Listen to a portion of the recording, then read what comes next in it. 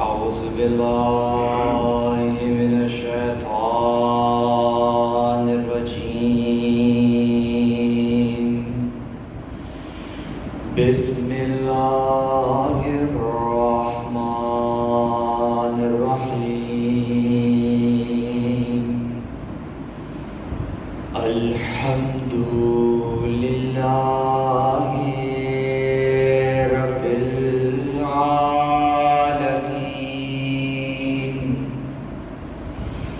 الحمد لله الذي دلع لسان صباح بنطق تبلجه وصرها قطع الليل المظلم بغياب تلجلجه وأتقنا صنع الفلك الدبار في مقادير تبرجه وشعشع ضياء الشمس بنور تعججه الذي دل على ذاته بذاته وتنزه عن مجانسة مخلوقاته وجل عن ملائمته كيفياته الذي قرب من خطرات الظنون وبعد عن لحظات العيون وعلم بما كان قبل أن يكون. ثم الصلاة والسلام وتحية والإكرام على رسول الثقلين رحمة للمشرقين والمغربين جد الحسن والحسين سيدنا ومولانا أبي القاسم محمد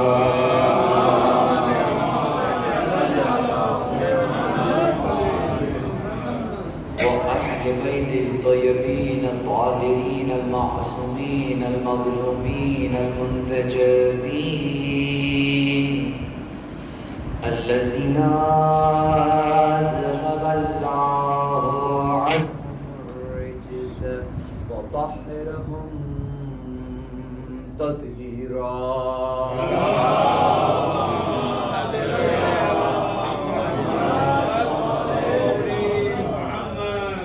لعنة الله على أعدائهم من يوم عداوتهم إلى قيام يوم الدين.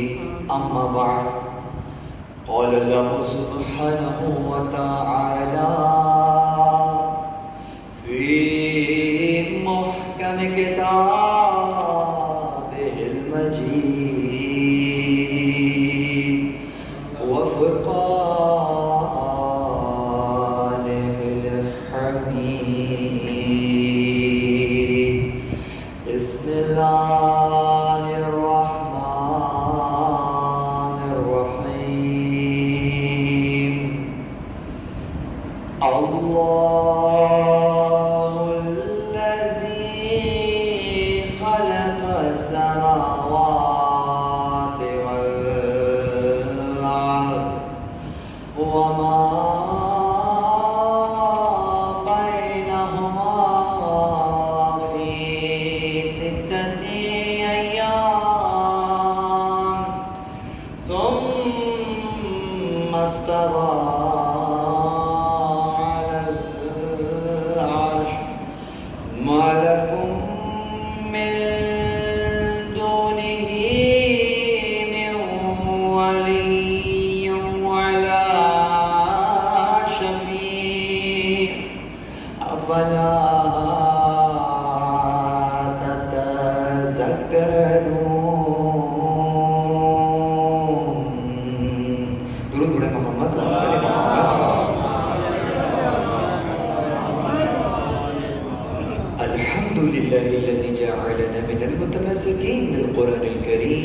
وبولایت امیر المؤمنین و ائمة المعصومین علیہم السلام. درود پڑھے محمد و آل محمد.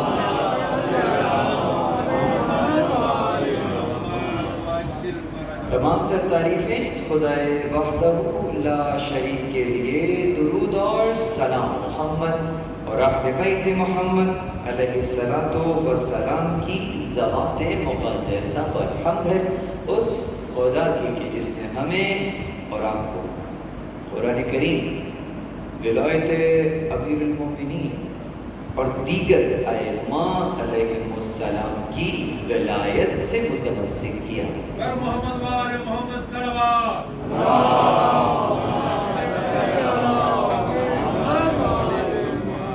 پروردگار عالم کا لطف ہے، پروردگار عالم کا احسان ہے، پروردگار عالم کی توفیق ہے کہ اس نے ہمیں اور آپ کو ایک اور موقع عنایت فرمایا کہ ہم اور آپ اس وقت کہیں اور نہیں بلکہ فرش عزا پر موجود ہیں، اور اپنے لیے، اپنی گزشتہ اموات کے لیے، بلکہ ان ارواح کے لیے کہ جو ابھی اس دار اسفل میں آئی بھی نہیں ہیں، ان کے لیے بھی رزق سمیٹ رہے ہیں.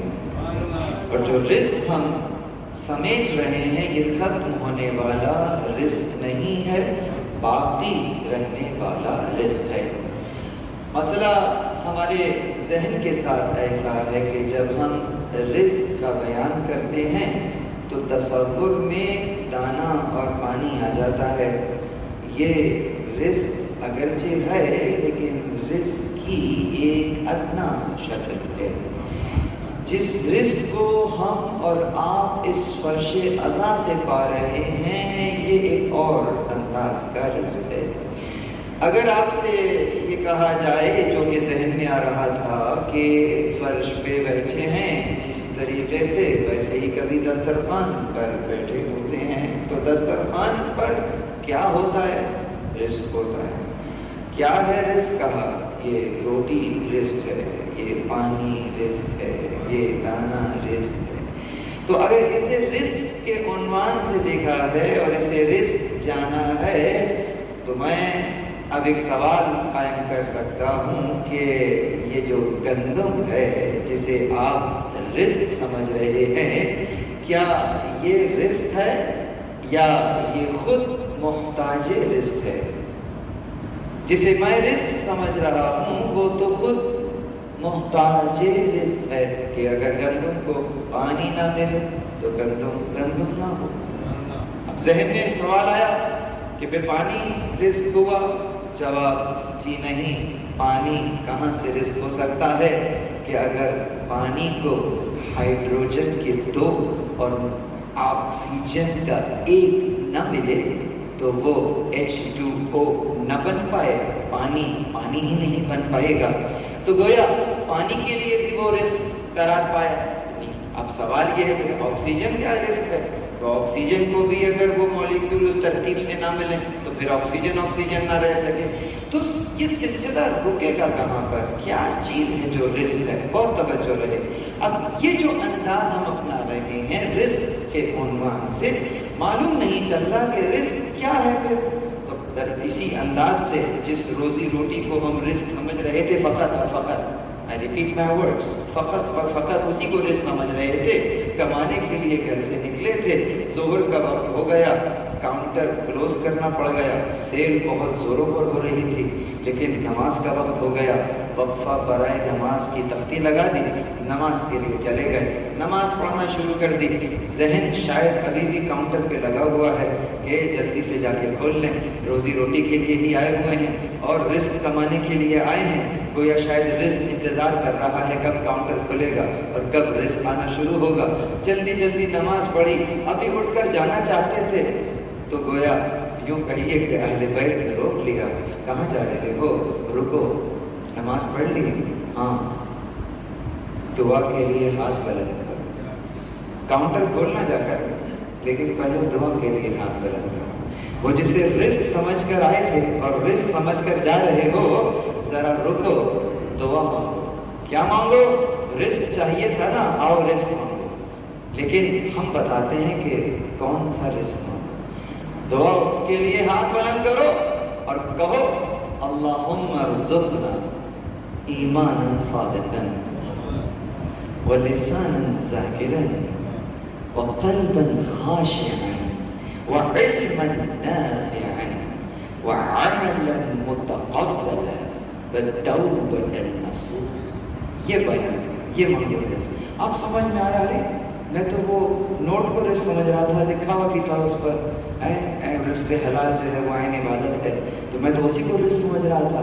پروردگار نے اس انداز سے دوبارہ تذکر دیا کہ جسے تم رزق سمجھ رہے ہو اگرچہ ہے لیکن بہت ادنا درجے کا رزق ہے جس کے لیے تم اس دنیا میں آئے نہیں ہو.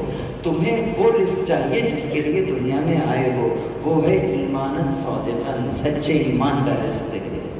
لساناً ذاکراً، ذکر کرنے والی زبان کا رزق دے دے. قلباً خاشعاً، خشیت والے قلب کا رزق دے دے. اور علماً نافعاً، فقط علم نہیں، وہ علم جو نفع بخش علم ہے اس علم کا رزق دے دے. اور وہ عمل کون سا؟ ہر عمل نہیں، وعملاً متقبلا، وہ عمل جو اس کی بارگاہ تک پہنچتا ہے اس عمل کا رزق دے دے. یہ وہ رزق ہے جس پر تمہارے کمال کا انحصار ہے. اب سمجھ میں آ گیا کہ رزق کسے کہتے ہیں. رزق یعنی کہ وہ حصہ کہ جو آپ کو اور مجھے میرے کمال تک پہنچنے میں مدد کرے اسے رزق کہتے ہیں. پروردگار سے وہ رزق طلب کرو جو تمہیں اور مجھے اپنی مقصد خلقت کے قریب ترک کر دے. یعنی جس مقصد کے لیے پروردگار عالم نے ہمیں خلق کیا، کل اس آیت کی طرف اشارہ کیا تھا، وَمَا خَلَقْتُ الْجِنَّ وَالْإِنسَ إِلَّا لِيَعْبُدُونَ. نہیں خلق کیا جنوں اور انسانوں کو مگر یہ کہ میری بندگی اختیار کریں. بس اب اگر بندگی اختیار کرنا آپ کے اور ہماری خلقت کا ہدف قرار پایا ہے تو اس خلقت کے ہدف تک پہنچنے کے لیے ہر وہ شے جو مددگار ثابت ہو میرے لیے رزق قرار پائے گی.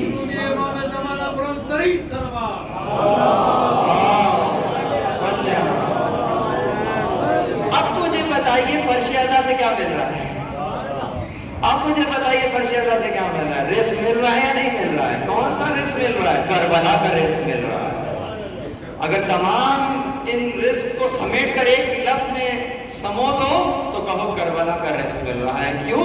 اس لیے کہ کربلا کوئی حادثہ نہیں ہے. کربلا ایک دستور ہے، کربلا ایک قانون بلکہ قوانین کا مجموعہ ہے. یعنی اگر آدم سے لے کر خاتم تک کی محنتوں کو اگر محفوظ کرتی ہوئی نظر آ رہی ہے تو وہ کربلا معلیٰ ہے، کربلا کی تحریک ہے. اسی لیے رسول اللہ نے فرمایا کہ حسین منی وانا من الحسین، حسین مجھ سے ہے اور میں حسین سے ہوں. چار معصومین علیہ السلام کے مقدر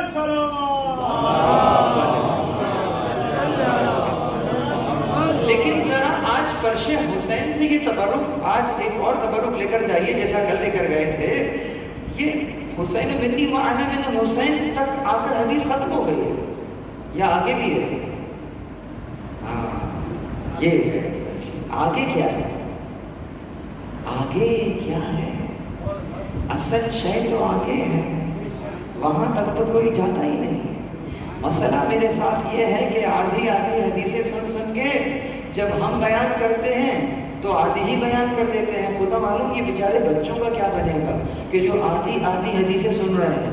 جب یہ آگے اپنے بچوں کو بیان کریں گے تو اس آدھی کو بھی آدھی کر دیں گے اور جب وہ اپنے بچوں کو بیان کریں گے تو بس فقط ایک لفظ ہی بیان کریں گے اور آگے جا کر حدیث ہی غائب ہو جائے گی. یہ نہ کریں. فرش اعضا یعنی کہ کیا محافظہ. تو عن حسین منی وعن من الحسین. اگر ذہن میں اگلا ٹکڑا نہیں آیا اور آج یہ اگلا ٹکڑا سن کر جا کر حفظ کر لیں گے تو سمجھ جائیے گا فرش اعضا سے رزق لے کر چلے گئے ہیں. کیا ٹکڑا تھا اگلا؟ اگلا ٹکڑا ہے احب اللہ من احب حسینا. اب اس جو جملہ ہے نا احب اللہ من احب حسینا، اس کے دو انداز کے ترجمے ہو سکتے ہیں. اس کے ترجمے دو انداز کے ہیں. احب اللہ من احب حسینا، اگر تو یہ جملہ خبریہ ہے تو اس کا ترجمہ ہے کہ اللہ اس سے محبت کرتا ہے جو حسین سے محبت کرتا ہے. اور اگر یہ جملہ انشائیہ ہو تو پھر ترجمہ بدل جائے گا.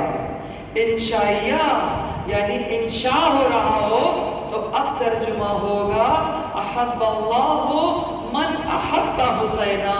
اے پروردگار تو ان سے محبت کر جو حسین سے محبت کرے. درود پڑھیں محمد و آل محمد پر. حسین علیہ السلام کی عظمت میں بآواز بلند صلوات. اللہ من احب حسینا، تو اس سے محبت کر جو حسین سے محبت کرے. بس عزیزو ان مجالس کا جو عنوان قرار پایا ہے وہ کربلا ظہور ولایت ہے. I repeat my words. میں نے ولایت نہیں کہا ہے، میں نے ولایت کہا. بات اصل ولایت کی ہے. ولایت تو ہمارا مسئلہ نہیں ہے، آگے چلیں گے انشاءاللہ.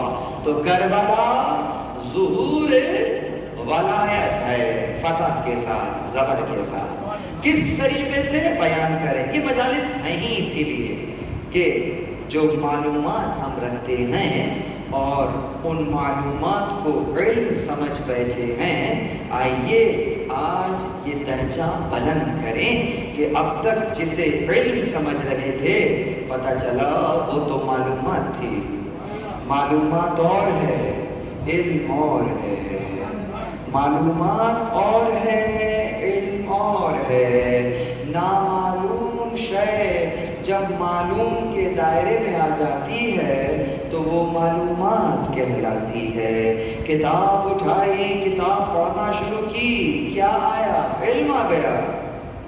نہ، معلومات آئی ہے. معلوم نہیں تھا، پڑھا، معلوم ہو گیا ہے. علم نہیں آیا ہے. دوسری کتاب اٹھائی، پڑھی، کیا آیا؟ معلومات آئی ہے. تیسری، چوتھی، پانچویں، یہ جو اب معلومات آتی جا رہی ہے، اگر تو فقط اور فقط معلومات ذخیرہ ہوتی جا رہی ہے تو یہ پہاڑ بنتا رہے گا. معلومات ہی رہے گی، اگلے درجے میں نہیں آئے گی. لیکن جب تھوڑا تفکر اور تدبر کیا اور اس معلومات پر غور اور فکر کیا، بہت توجہ رہے، بہت آرام سے سمجھانا چاہتا ہوں کہ جب غور اور تفکر کیا اور اس غور اور فکر کے نتیجے میں ہم نے اس معلوم شے کو ایسے جان لیا جیسے جاننے کا حق تھا. اسی کو اگر عربی میں تعریف کریں تو علم کی تعریف ہی یہی ہے، العلم ادراک الشیء بحقیقتہ. کہ علم ادراک کا نام ہے کسی شے کے جیسی وہ ہے. یعنی آپ نے کسی شے کو ایسا جانا جیسی وہ ہے. کیا آیا؟ علم آ گیا ہے. یعنی معلومات کے زینے سے ایک درجہ اوپر کے زینے پر آ گئے، علم آ گیا.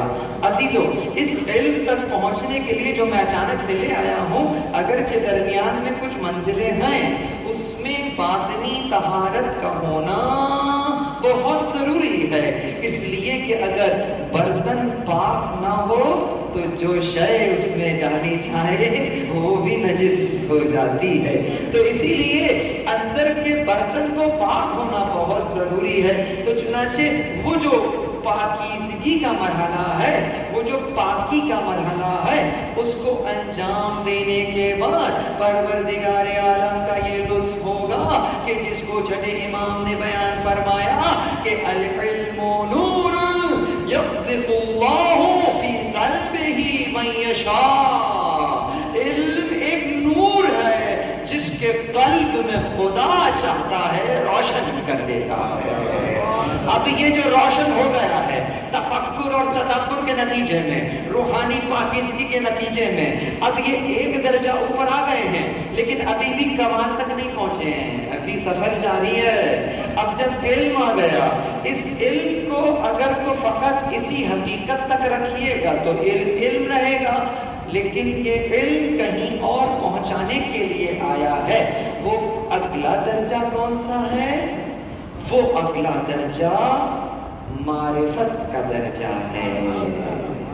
ابھی بھی علم آیا ہے، معرفت نہیں آئی ہے. علم کے بعد معرفت ہے. اور یہ کیسے ہوگا؟ علم کے ساتھ کیا کریں؟ What we are supposed to do with علم. کیسے علم سے معرفت تک پہنچ جائیں؟ تو جواب خود ائمہ اطہار کی زبانی امام حسین علیہ السلام فرماتے ہیں.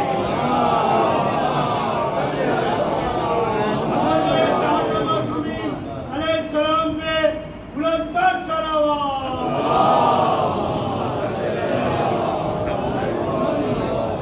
امام فرماتے ہیں کہ دراست العلم لقاؤہ المعرفہ، یعنی یہ جو علم آ گیا ہے نا تمہارے پاس، اب اس علم کا کرنا کیا ہے؟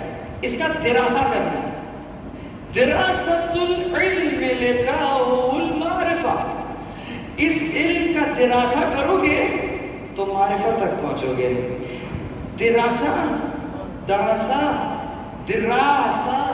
یعنی کہ علم کو کھول کر، ریشہ در ریشہ، علوم کو کھول کر، گویا علوم کو شگافتہ کر کے جو سمجھایا جائے اور کسی حقیقت تک پہنچ جایا جائے تو سمجھ جائیے کہ اب کون سا پروسیس شروع ہو گیا ہے؟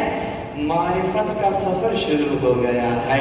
یہ معرفت کا سفر شروع کروانے والے خاص جو پہچانے جاتے ہیں، اگر تو یہ ساری کی ساری بارادری یہی کام کر رہی ہے، لیکن خصوصیت کے ساتھ آپ پانچویں امام کو لقب ہی یہی دیتے ہیں کہ باقر ہیں.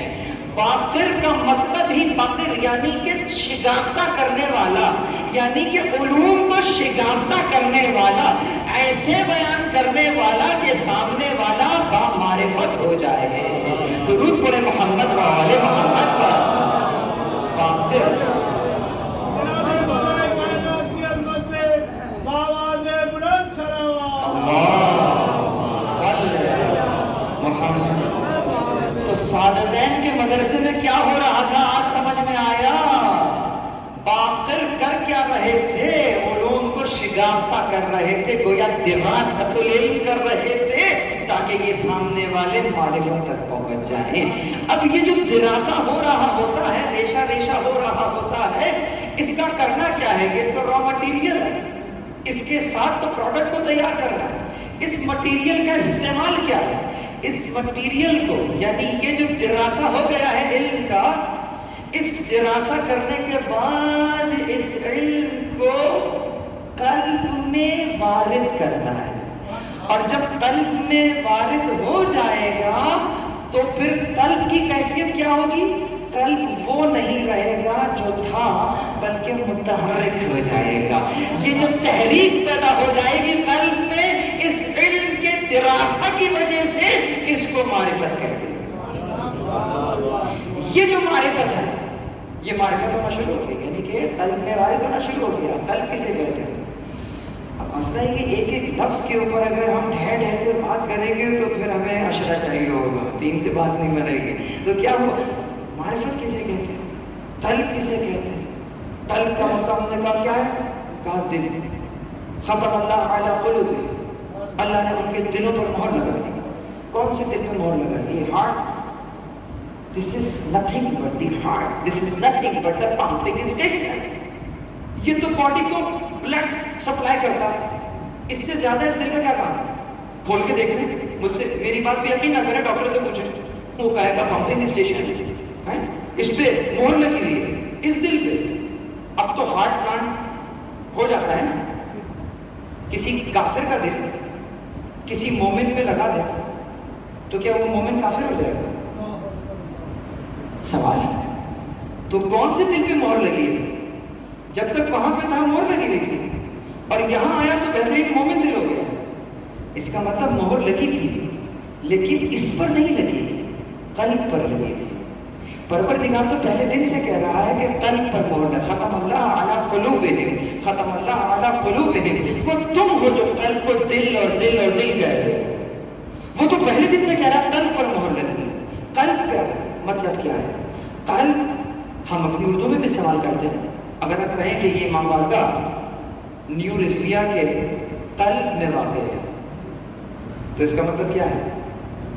سینٹر, مرکز, یعنی تمہارا مرکز, یعنی میرا مرکز. جو میری حقیقت ہے, اس حقیقت کا کوئی مرکز ہے یا نہیں ہے؟ وہ جو حقیقت کا مرکز ہے, وہ جو میرا اور آپ کا مرکز ہے, جہاں سے ہدایت سپلائی ہوتی ہے, اگر وہیں پر مہر لگ دی جائے تو پھر تمہارے وجود کو ہدایت سپلائی نہیں ہو سکتی. وہ ہے تمہارا مرکز جہاں پہ پروردگار مہر لگا دیتا ہے کہ اب یہاں ہدایت کا کوئی بھی چانس نہیں ہے, یہ کافر کے کافر ہی رہیں گے. اسے کہا مرکز. قلب پر مہر لگ گئی تو یہاں پہ کیا ہوا؟ کہا قلب پر وارد ہو گیا, یعنی تمہارے مرکز میں وارد ہو گیا. سنا ہے نا دائرہ اسلام میں داخل ہو گئے. تو دائرہ اسلام میں داخل ہوئے ہیں تو مسلمان ہوئے ہیں, مومن تھوڑی ہی ہوئے ہیں. مومن اور ہے, مسلم اور ہے, مسلمان اور ہے, مومنین اور ہے. فرق کیا ہے؟ فرق تو یہی ہے, بڑی بات نہیں ہے, آسانی سی بات ہے. دائرہ بنائیے, اس دائرے کا ایک مرکز ہے یا نہیں ہے جسے آپ قلب کہیں گے؟ اس دائرے کا قلب ہے یا نہیں ہے؟ آنے والا مرکز میں ابھی دائرے میں داخل ہوا ہے, مرکز تک نہیں پہنچا ہے. جب تک مرکز تک نہیں پہنچے گا, ایمان کی اس منزل پر کیسے پہنچے گا؟ یعنی اب اگر میں نشانیاں دیکھ دیکھ کے پہچاننا شروع کروں کہ سامنے والا مسلمان ہے یا مومن, تو مسلمان کی نشانی کیا ہے؟ جب تک کافر تھے, نماز نہیں پڑھتے تھے, اب مسلمان ہو گئے ہو تو نشانی کیا ہے؟ حد فاصل ہے نماز. اگر نماز نہیں پڑھ رہے تو وہ تو کفر کی سرحدوں میں لے جاتی ہے. یعنی مسلمان ہونے کے لیے نماز کا پڑھنا ضروری ہے. اور کتنی رکعت پڑھنا ضروری ہے؟ کہ مسلمان کے لیے تو 17 رکعت پڑھنا ضروری ہے. یہ کیا ہے؟ واجب ہے. یعنی یہ نہ پڑھی تو پھر عذاب کے لیے تیار ہو جائیے. تو مسلمان کی نشانی کیا؟ جو کم از کم 17 رکعت نماز پڑھ رہا ہو, یہ مسلمان ہو گیا ہے. لیکن کیا مومن ہو گیا ہے؟ نہیں. امام سے پوچھا کہ اب ہم اگر مومن کو پہچاننا چاہیں اسی نماز سے تو کتنی رکعتوں سے پہچانیں؟ تو امام فرماتے ہیں علامات المؤمن خمسہ, مومن کی 5 علامتیں ہیں. میں اور آپ اپنی طرف سے مومن ہونے کی کوئی بھی نشانی بنا لیجئے, وہ میری اور آپ کی نشانیاں ہیں. لیکن امام جب دیکھ کر پہچانیں گے تو وہ اپنی نشانیوں سے پہچانیں گے. امام فرماتے ہیں علامات المومن خمسہ, مومن کی 5 علامات ہیں. صلاۃ 51 رکعت یومیہ نماز, یہ مومن کی پہچان ہے. وہ 17 رکعت تو مسلمان تھا, لیکن جیسے جیسے دائرے میں اندر سفر کرتا گیا یہاں تک کہ قلب تک پہنچ گیا, تو اب وہ 17 رکعت نہیں رہی, 51 رکعت ہو گئی ہے. صلاۃ 51 یہ پہلی نشانی بیان کی. دوسری نشانی بیان کی زیارت ال40 کی زیارت. تیسری نشانی بیان کی, کہا تختم بالیمین, تیسرے ہاتھ میں انگوٹھی کا پہننا. چوتھی نشانی بتائی تعفیر الجبین، خاک پر سجدہ کرنا. پانچویں نشانی بتائی وَبِالْجَهْرِ بِسْمِ اللَّهِ الرَّحْمَنِ الرَّحِيمِ، اور بلند آواز سے نماز میں بسم اللہ الرحمن الرحیم کا پڑھنا. یہ 5 نشانیاں امام علیہ السلام فرما رہے ہیں. میں جوانوں کو خاص یہ نصیحت کروں گا کہ اے جوانوں یاد رکھنا، مولا نے مومن کی 5 نشانیاں بتائیں. ان 5 میں سے پہلی نشانی صلاۃ وحد والخمسین، 51 رکعت نماز. تیسری نشانی اس انداز سے، چوتھی نشانی کہ یہاں تعفیر الجبین یعنی خاک پر سجدہ کرنا. اور آخری نشانی جس کو کہا بالجہر بسم اللہ الرحمن الرحیم، کہ بالجہر بآواز بسم اللہ کا پڑھنا. ان 5 میں سے 3 نشانیاں وہ ہیں جن کا تعلق نماز سے ہے. اب مجھے بتائیں، مولا جب اپنے مومن کو دیکھنا چاہتے ہیں تو وہ نماز سے متعلق 3 نشانیاں بیان کر رہے ہیں، اور جو دیگر نشانیاں بھی بیان کی ان میں بھی اگر غور کریں تو یہاں تم نے زیارت الاربعین ابھی ختم کی، آؤ 2 رکعت نماز پڑھو. درود پڑھے محمد و آل محمد پر.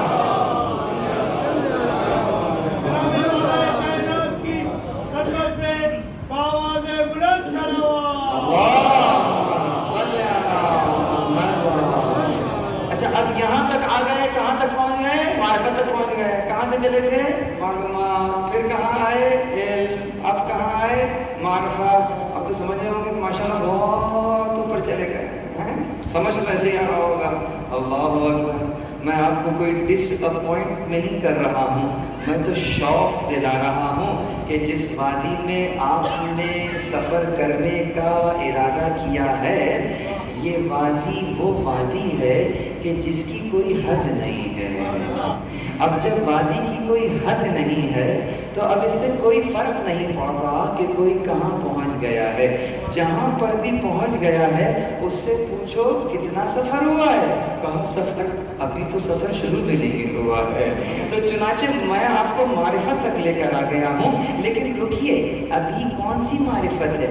ابھی تو ابتدائی معرفت ہے، اصلاً معرفت نہیں ہے. معرفت کے سینے پہ قدم رکھا ہے، ابھی قدم جمے نہیں ہیں. معرفت کیا ہے؟ کہا معرفت یہ ہے کہ کسی شے کو اس کی خاص خصوصیات اور صفات سے پہچان لینا.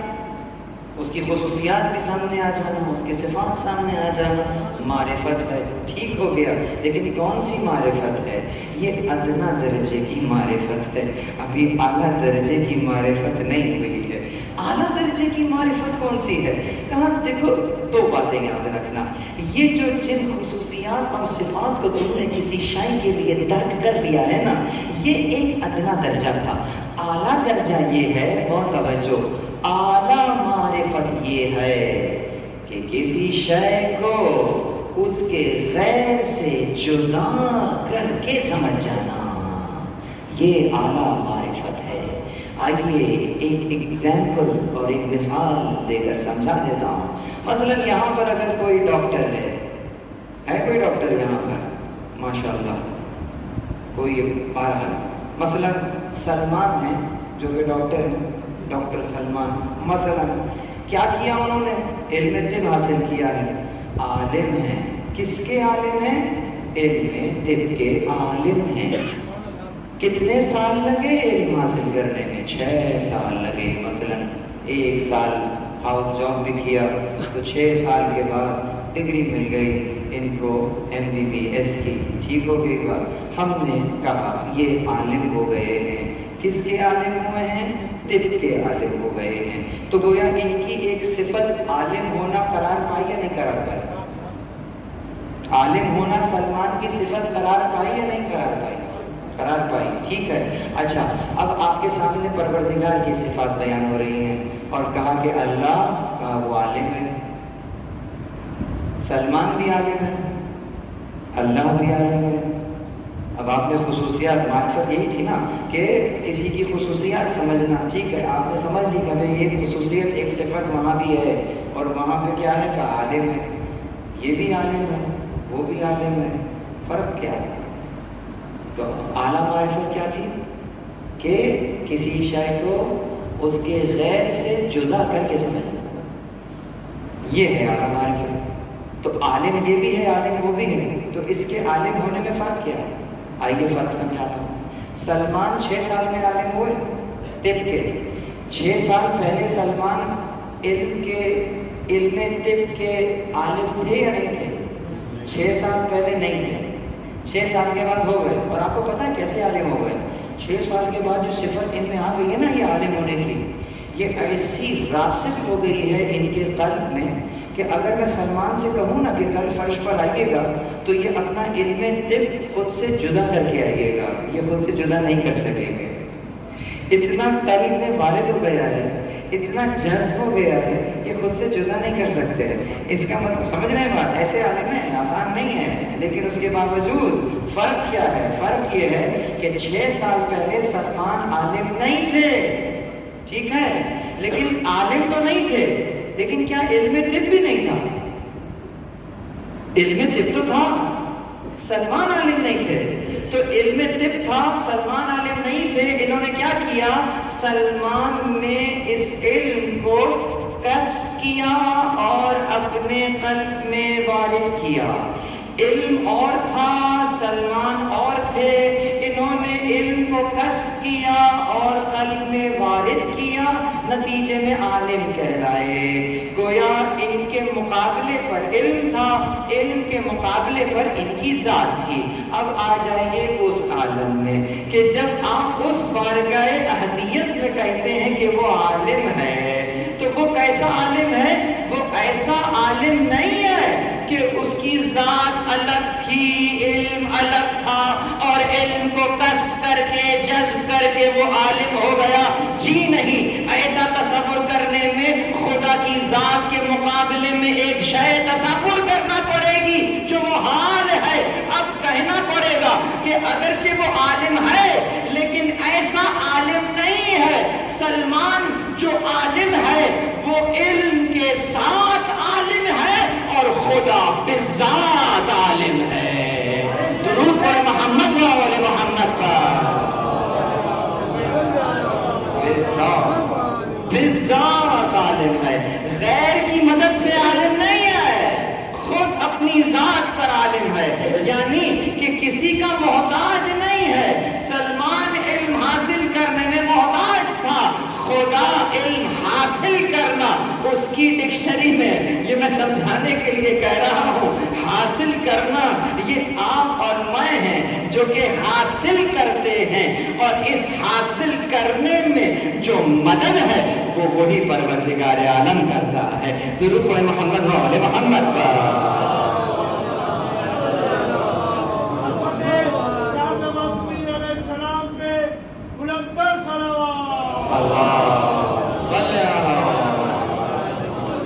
بس یہیں سے اپنی گفتگو کو میں کل سے جوڑ دوں، آ گئے نا یہاں پر۔ کل میں نے لطف کی ڈیفینیشن بیان کی تھی، کیا بیان کیا تھا؟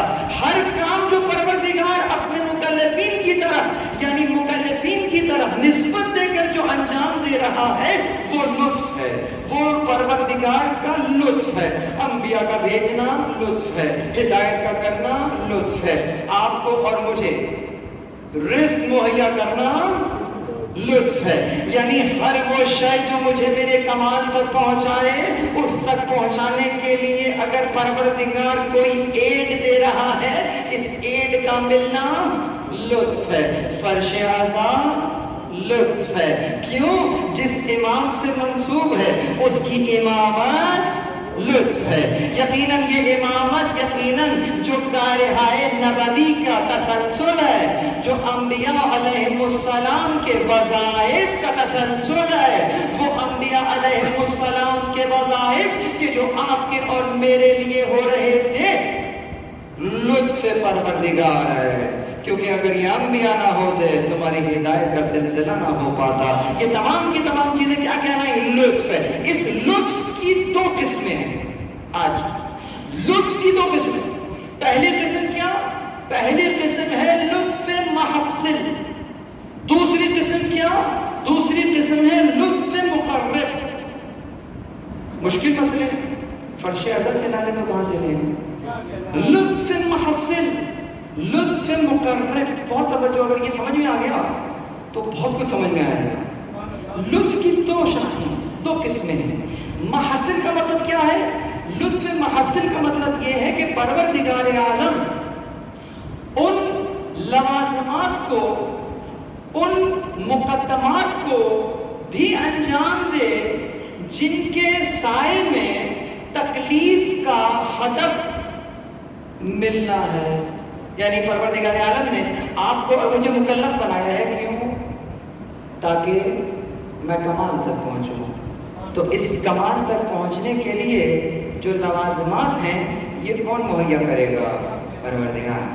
آسان زبان میں سمجھاؤں، آپ نے کہیں جاب اپلیکیشن دی، سی وی ڈال دیا، وہاں سے کال آ گئی، انٹرویو ہوا، سلیکٹ ہو گئے، جاب آفر لیٹر آپ کے ہاتھ میں ہے، آپ نے سائن کیا، جاب قبول کر لی. ایسا ہی ہوتا ہے.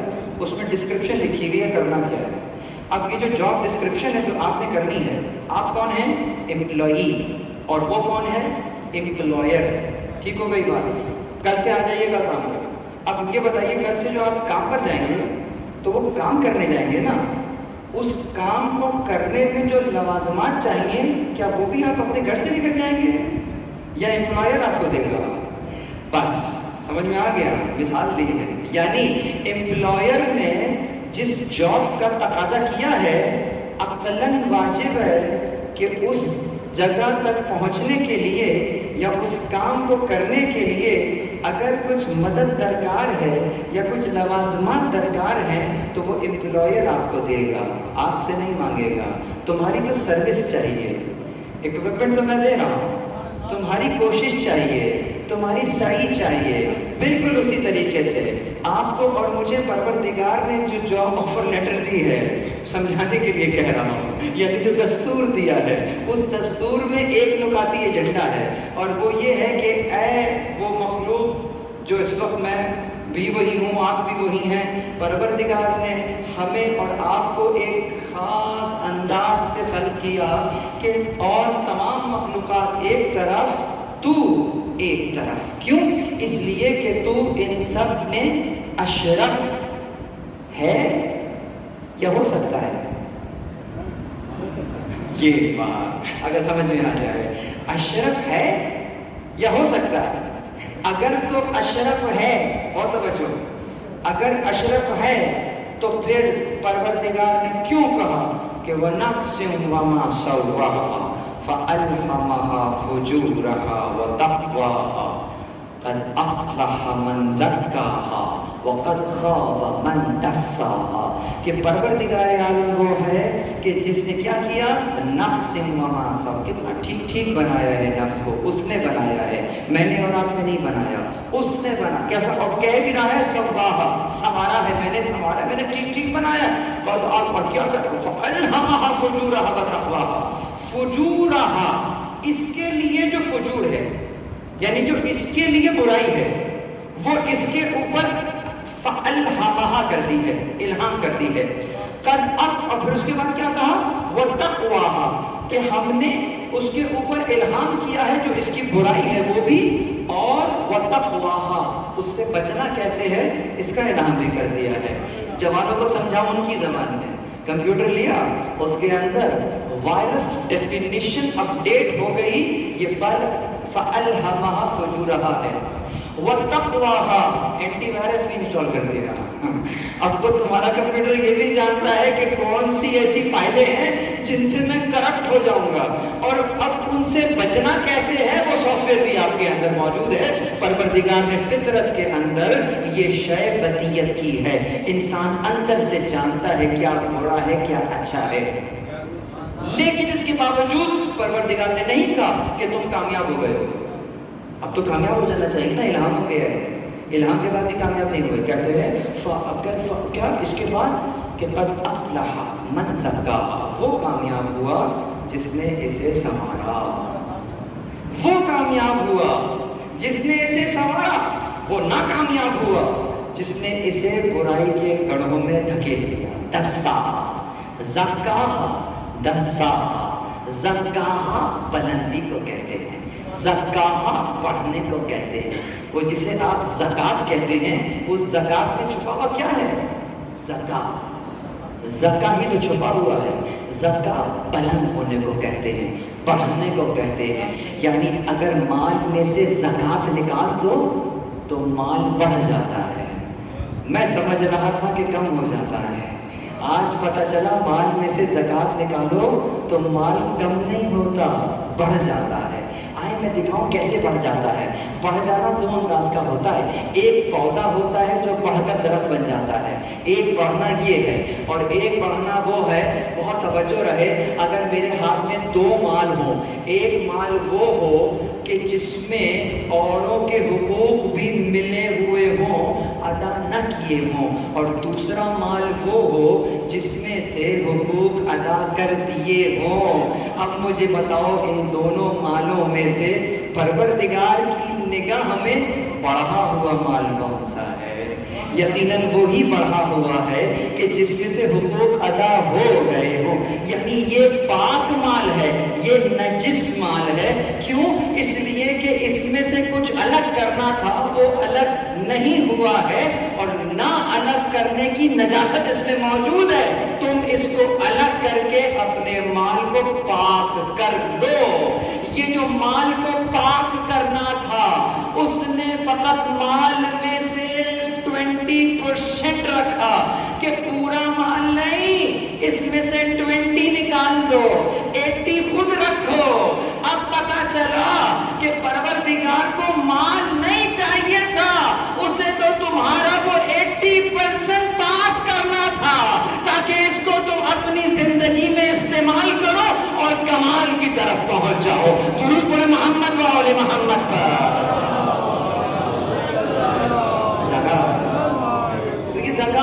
واپس آئیے. تو اب پروردگار عالم کیا کرے گا کہ وہ لطف محصل کیا ہوگا, یعنی کہ ان مقدمات کو بھی انجام دے جس کے سائے میں تکلیف کا ہدف ہے, یعنی کمال تک پہنچنا ہے, پورا ہو. اور دوسرا لطف کون سا تھا؟ لطف مقرر. یہاں سے مجھے آگے چلے جانا ہوگا. لطف مقرر کون سا لطف ہے؟ لطف مقرر یہ ہے کہ پروردگار عالم, بہت توجہ, یعنی پروردگار عالم کسی کام کے کرنے یا کسی کام سے رکنے, دونوں انداز سے, ان امور کو انجام دینے یا امور کو انجام نہ دینے کی تشویق دلوائے. یعنی جس کو آپ کہیں گے قرب کروائے, قریب کروائے. یہ ہاتھ پکڑ کے نہیں کرے گا, یہ آپ کو بتا کے کرے گا. کیا؟ یہ کام کرو اتنا اجر دوں گا, یہ کام کرو اتنا اجر ملے گا, اور وہ نہ کرنا عذاب ہوگا. تو یہ اجر کو سامنے رکھا, یہ عذاب کو سامنے رکھا. تو یقیناً اگر یہ اجر کو سامنے نہ رکھا جاتا تو اکثر لوگ اچھے کاموں کو انجام نہیں نہ دیتے کہ اس میں کوئی ثواب تو ہے نہیں. وہ جو کیلکولیٹر لے کر کام کرتے ہیں کہ اس میں اتنی نیکیاں, اس میں اتنی نیکیاں, یہ کر لو وہ کر لو, تو ایسے لوگ تو اچھے کام کرتے ہی نہیں کیونکہ اس میں نیکی نہیں ہے. اب سمجھ میں آیا کہ نیکیوں کو سامنے, یہ جو اس میں جو اجر ہے, جو ثواب ہے, اس کو جو سامنے رکھنا تھا, ثواب کو سامنے رکھنا ہدف نہیں تھا. کسی کام کے کرنے میں ثواب ہدف نہیں تھا, بلکہ اس ثواب کے پیچھے کچھ ہے جو ہدف ہے. بالکل اسی طریقے سے کہ اگر بچہ دودھ نہ پی رہا ہو, ماں اس کو چاکلیٹ دکھاتی ہے کہ دودھ پی لو, بچہ چاکلیٹ دیکھتا رہتا ہے, دودھ پی لیتا ہے. تو بچے سے پوچھو دودھ کیوں پیا, کیا کہتا ہے؟ چاکلیٹ کے لیے. لیکن اگر ماں سے پوچھو کہ تم نے دودھ کیوں پلایا, تو کیا ماں کا جواب بھی یہی ہوگا کہ چاکلیٹ کے لیے؟ سوال سمجھ میں آ رہا ہے؟ اگر یہ ہمیں یہاں سمجھ میں آ رہا ہے تو اس بارگاہ میں کیوں نہیں سمجھ میں آتا؟ اب اگر ماں سے پوچھو کہ کیوں پلایا, تو وہ کیا کہے گی؟ چاکلیٹ کے لیے. جی نہیں. ماں کا جواب کیا ہوگا؟ ماں کا جواب ہوگا بچہ ہے, اس کو پتہ ہی نہیں ہے کہ اس میں کتنا فائدہ ہے اس کے لیے, تو ہم نے سامنے رکھا ہے چاکلیٹ کو. بچہ ہونے کے لیے چھوٹا ہونا ضروری تھوڑی ہے, کبھی کبھی داڑھی مونچھ آنے کے بعد بھی انسان بچہ ہی ہوتا ہے. تو اس کو بھی سامنے چاکلیٹ دکھانی پڑتی ہے کہ دیکھو یہ کام کرو اتنے حج کا ثواب دے دوں گا، تو اتنے حج کے ثواب کے لیے ہی وہ کام کر لیتا ہے، اگرچہ وہ حج کا ثواب دینا مقصد نہیں تھا، مقصد تو پیچھے چھپا ہوا تھا۔ جب کہا کہ جس نے قبر حسین علیہ السلام کی زیارت کی تو اس کو 1 حج 1 عمرے کا ثواب، کبھی کہا 7 حج 7 عمرے کا ثواب، کبھی کہا 70 حج 70 عمرے کا ثواب۔ یہ جو ثواب دیے چلے جا رہا ہے، یہ ثواب دینا مقصد تھوڑی ہے، مقصد کچھ اور ہے۔ ایک مرتبہ قبر حسین پر آؤ تو صحیح، نظر آئے گا کہ وہ ولایت ہوتی کیا ہے جس کا ظہور میں ان مجالس میں آپ کو بیان کر رہا ہوں۔ ایک مرتبہ تم کربلا کی زمین پر تو آؤ، تمہیں نظر آئے گا کہ بندگی کیا ہوتی ہے، ولایت کیا ہوتی ہے۔ درود پڑھے محمد و آل محمد پر۔ بس عزیزوں، السلام کی عظمت میں آواز بلند صلوات۔ اللہم صلی علی محمد و آل محمد۔ تھک تو نہیں رہے ہیں؟ آئیے، اگر تھک نہیں رہے ہیں تو آپ کو ایک روایت نہیں، آیت ہدیہ کروں کہ کیا شے ہے جس کی طرف پروردگار بلا رہا ہے، اور بسا اوقات آیتوں میں چھپا چھپا کر بلاتا ہے۔ بین بلائے تو پھر مومن اور منافق میں فرق کیسے رہے گا؟ تو کبھی آیتوں میں چھپا چھپا کے بیان کرتا ہے۔ کیا کہتا ہے؟ کہتا ہے وَمَنْ جَاءَ، بہت توجہ رہے، قرآن کو قرآن سے ملائیں گے۔ روایت نہیں پڑھ رہا ہوں، حدیث نہیں پڑھ رہا ہوں کہ وہ ضعیف ہو جائے یا مرفوع ہو جائے، یا کوئی ضعیف راوی بیان کر رہا ہو، یا کوئی شیعہ راوی بیان کر رہا ہو، یا کوئی رافضی بیان کر رہا ہو۔ یہ تو قرآن ہے، قرآن۔ کیا کہا پروردگار عالم نے؟ وَمَنْ جَاءَ بِالْحَسَنَةِ، اور جو کوئی بھی میری طرف آیا، بالحسنۃ، حسنہ کو لے کر، تو میں کیا کروں گا؟ وَهُمْ، اس کے بعد فَلَهُ خَيْرٌ مِّنْهَا، پس اس کے لیے اس سے بہتر ہوگا، اور وَهُمْ مِنْ فَزْعٍ يَوْمَئِذٍ آمِنُونَ، اور وہ شخص اس دن، جس دن بہت مصیبت کا دن ہوگا، یہ شخص اس مصیبت کے دن سے بچا رہے گا۔ سورہ مبارکہ نمل کی آیت نشان 89، کیا کہا؟ وَمَنْ جَاءَ بِالْحَسَنَةِ فَلَهُ، کا مطلب سمجھتے ہیں نا؟ without any gap، آپ حسنہ لائے without any gap، فَلَهُ خَيْرٌ مِّنْهَا، میرے پاس اس سے بھی بہتر تمہارے لیے ہے، اور یہ دے دیا۔ اور فقط یہ دے نہ دیا، وہ جو مصیبت کا دن آنے والا ہے نا، اس دن سے امان بھی تمہیں دے دی ہے۔ 2 اجر مل گئے یہاں پر۔ اس کے بعد اگلی ہی آیت کے اندر ذرا اس کا موضوع تو ہے ہی ہے ایک طرف، ٹون دیکھیے آیت کی، اسلوب دیکھیے۔ وَمَنْ جَاءَ بِالسَّيِّئَةِ، اور جو آیا سیئت، برائی کو لے کر، تو کیا ہوگا؟ فَكُبَّتْ وَجُوهَهُمْ فِي النَّارِ، یہاں پر بھی فا ہے بلا فصل، ادھر آئی سیئتن آئی، اور فَكُبَّتْ وَجُوهَهُمْ، ان کو چہروں کے بل، اوندھے منہ جہنم میں پھینک دوں گا، فی النار۔ تو آپ کیا لے کر گئے تھے پروردگار کے پاس؟ حسنات۔ اچھا، حسنہ لے کر گئے تھے، حسنات لے کر گئے تھے؟ میرے دامن میں حسنہ ہے کہ حسنات ہے؟ ذہن میں کیا ہے؟ حسنات کسے کہتے ہیں؟ اچھائیاں۔ اور سیئات کسے کہتے ہیں؟ برائیاں۔ تو ہم جیسوں کے دامن میں تو حسنات بھی ہیں، سیئات بھی ہیں۔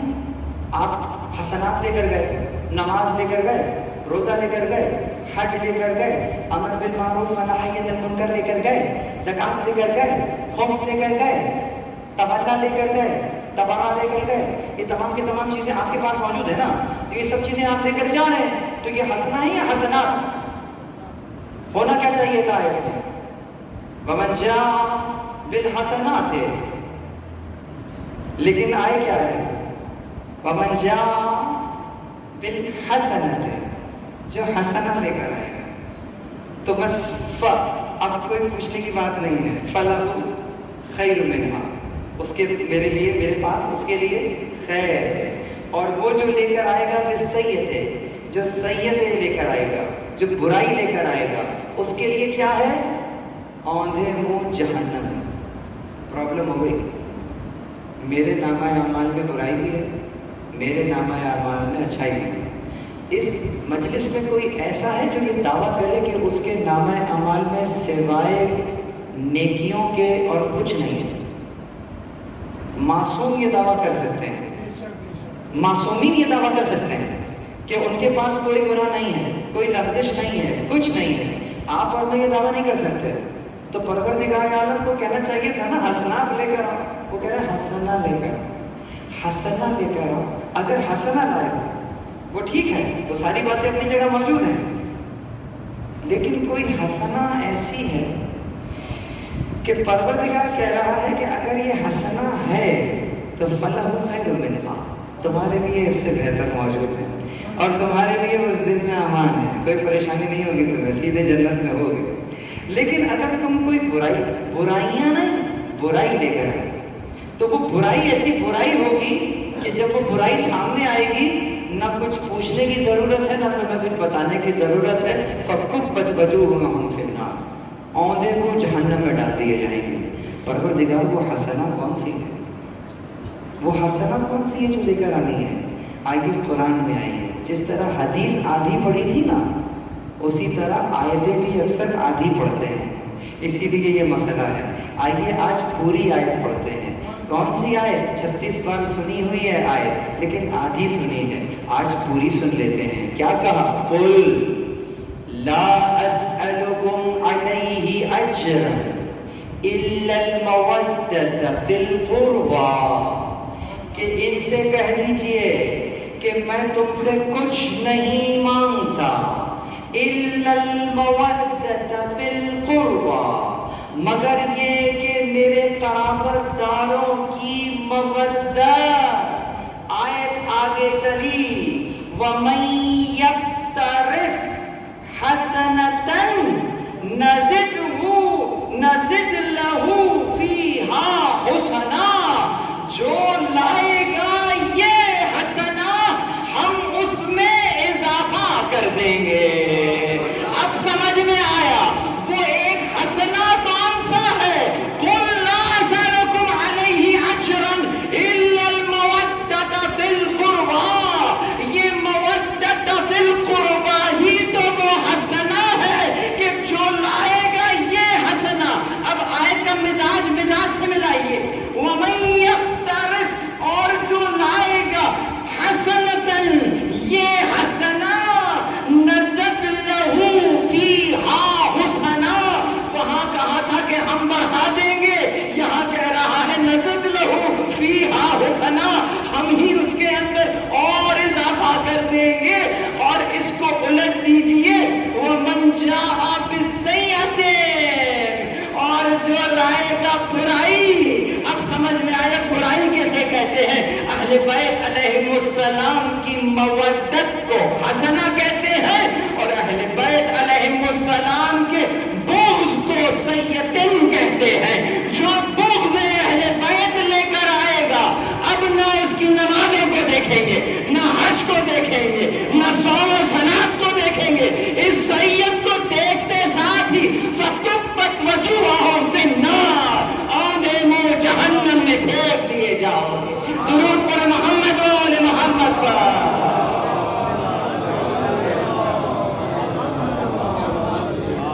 آیت پڑھی ہے، روایت نہیں پڑھی ہے. اب روایت پڑھ دوں، اب تو روایت پڑھی جا سکتی ہے. یہ کیا تھی؟ یہ تو آیت سیدھی آیت ہے. وہ کون سی آیت تھی؟ سورہ نمل آیت نمبر 89.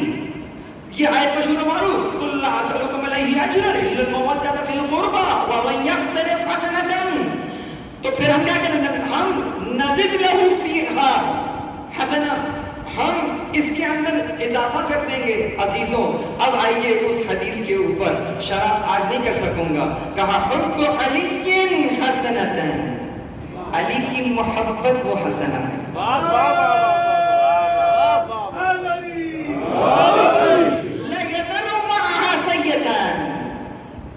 اس حدیث کی تشریح کرنی پڑے گی مجھے. آج وقت سنا رہا ہوں تو کل جو آج آئے ہیں ان پر واجب ہو جائے گا کہ کل بھی سننے کے لیے آ جائیں, ورنہ غلط طرف چلے جائیں گے.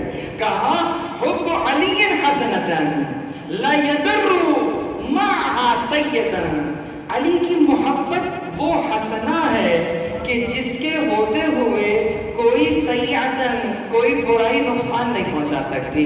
وَبُغْضُ عَلِيٍّ سیئتن, اور علی کا بغض وہ برائی ہے.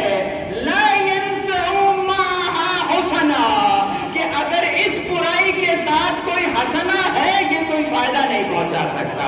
درود پڑھیں محمد و آل محمد پر.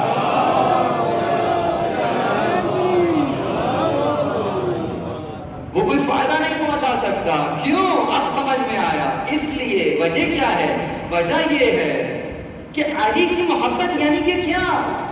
یعنی محبوب کے رنگ میں رنگ جانا. یہ ہے محبت علی, یہ نہیں ہے.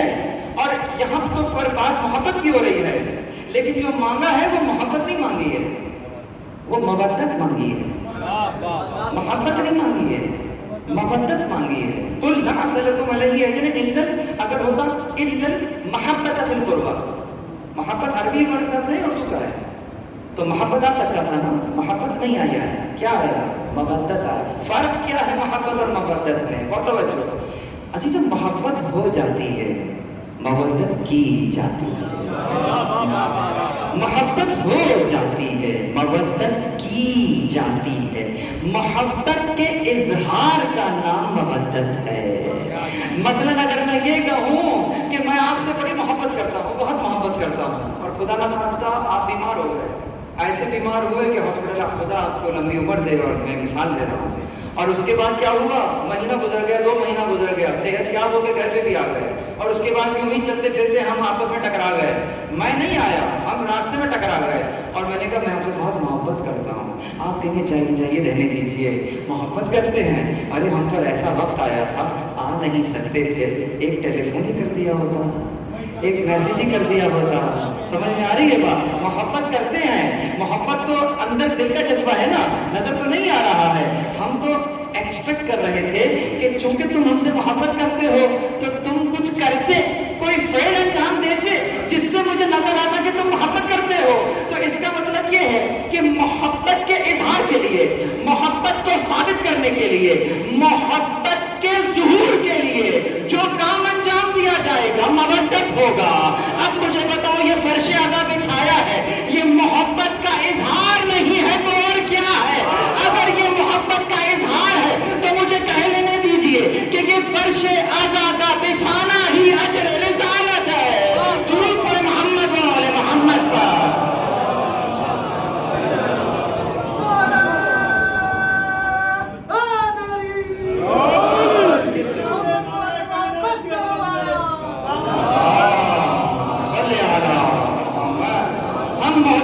کرتے ہیں, عاشور کا دن گزر گیا, چھٹیاں گزار لی, گھوم کر آ گئے, محبت بہت کرتے ہیں. ارے محبت کرتے ہو تو تمہارے چہروں سے کیوں نہیں لگ رہا کہ تم محبت کرتے ہو؟ تم نے اتنے بڑے سمے بن سمر کے تم نے کپڑے پہنے ہوئے ہیں, تیار ہوئے ہو, ایسا پرفیوم لگایا ہوا ہے, لگ نہیں رہا کہ تم محبت کرتے ہو. آج تو تمہارے بال پریشان ہونے چاہیے تھے, آج تو گریبان کھلا ہونا چاہیے تھا, آج تو سر پر خاک ہونی چاہیے تھی. یہ اظہار تھا محبت کا جو رسول اللہ مانگ رہے ہیں. یہ ہے وہ محبت. اس محبت کے اظہار کا نام مودت ہے.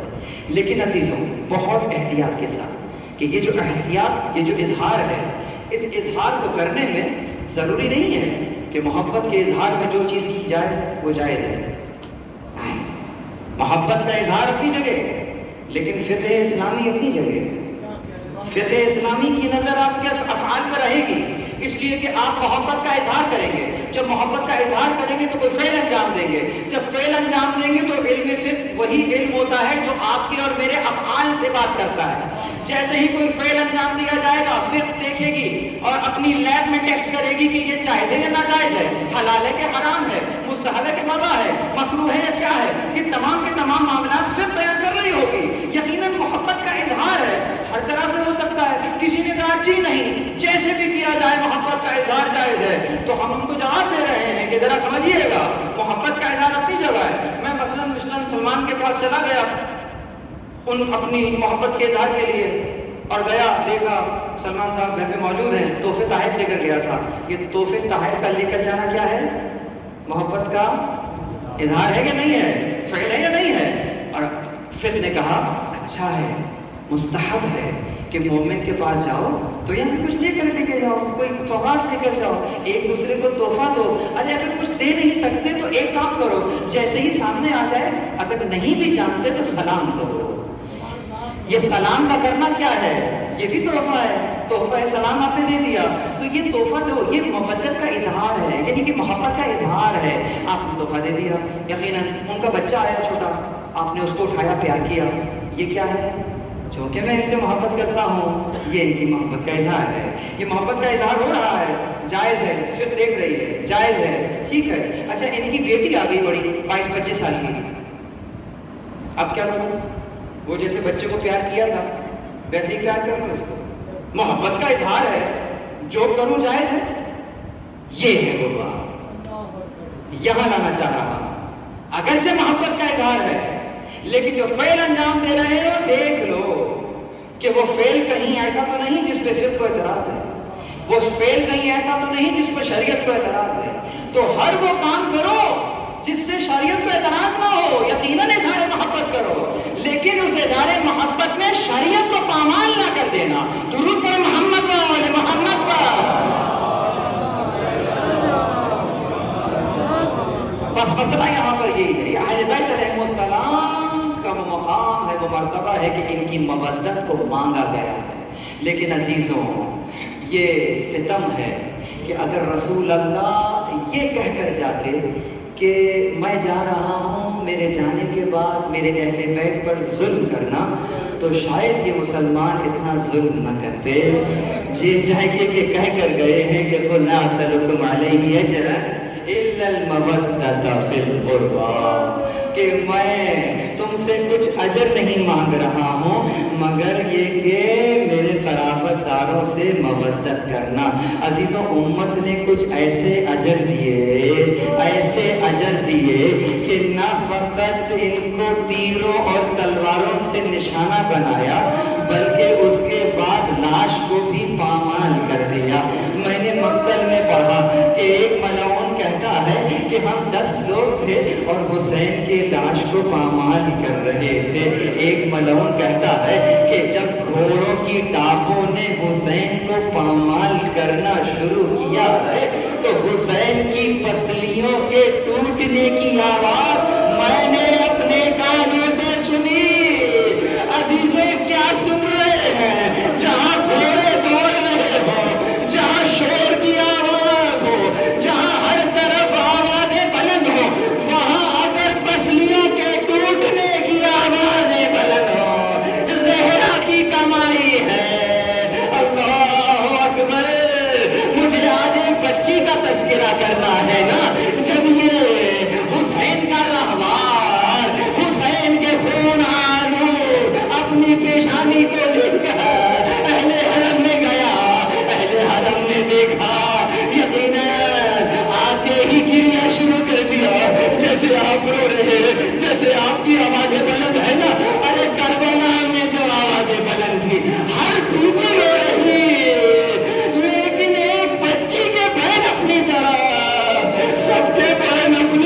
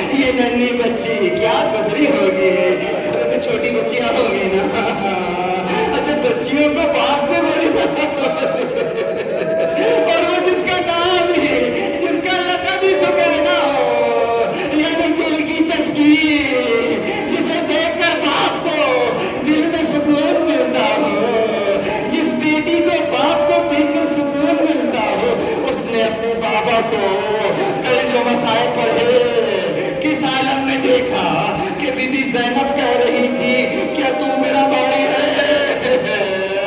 اللہ اکبر، میں نے وہاں بیوی کے بیان کیے تھے نا، آج اس چھوٹی بچی کا تذکرہ کرنا ہے۔ یہ بچی اپنے بابا کے قدموں سے لپٹ گئی،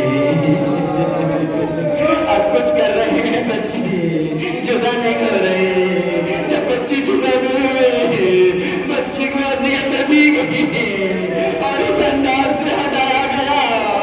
بچی نے پھوپھی اماں سے کہا، کیا کہا؟ صحیفہ کربلا میں علی نظری منفرد لکھا ہے، کہتے ہیں کہ جب بچی کو جدا کیا گیا نا، بچی نے بی بی زینب سے کہا، پھوپھی اماں توجہ رکھیے، یہ مصائب بھی ہے، مصائب میں فضائل بھی ہے۔ اس بچی کا مکاشفہ دیکھیے، یہ 4 سال کی بچی ہے، اس نے وہ بات سنی ہے کہ جو اوروں نے نہیں سنی۔ کہا، پھوپھی اماں میں نے گویا سنا، بابا کہہ رہے تھے شیعتی محمد ان شربتم العزم فاذکرونی او سمعتم بغریب او شہید فاذکرونی۔ اللہ اکبر، کہہ رہے تھے اے میرے شیعوں، جب کبھی بھی شیریں پانی پینا، میری پیاس کو یاد کر لینا۔ اللہ اکبر، اور جب کسی غریب کا تذکرہ سننا تو مجھ غریب کو یاد کر لینا، ذرا مجھ غریب کو یاد کر لینا، میرے غریبوں کو یاد کر لینا۔ یہ یتیم حسین ہے، اتنی عمر نہیں ہے بچی کی جتنا سفر کیا۔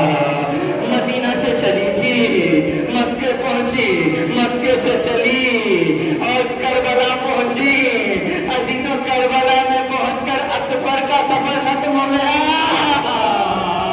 علی اصغر کا سفر ختم ہو گیا، لیکن سکینہ کا سفر ابھی کوفے جانا ہے، ابھی شام جانا ہے۔ بچی کوفہ میں آئی اور بچی نے خدا معلوم زندان کیسے ہوتے ہیں دیکھا ہی کب تھا، اب دیکھا ایسے ہوتے ہیں زندان۔ بچی گھبرا گئی، رو رہی ہے، رو رہی ہے، خواب دیکھتی ہے، اٹھ جاتی ہے، پھوپھی اماں، پھوپھی اماں رو رہی ہے، کیوں رو رہی ہے؟ پھوپھی اماں خواب دیکھا ہے۔ کیا دیکھا؟ پھوپھی اماں میں نے خواب دیکھا، ایک میدان تھا، چند سواریاں جا رہی ہیں، میں نے پوچھا یہ کون سی سواریاں ہیں؟ اس میں کچھ مرد تھے، کچھ خواتین تھی، جیسے ہی نظر کی مردوں کو دیکھا، کسی نے بتلایا یہ آدم ہے، یہ نوح ہے،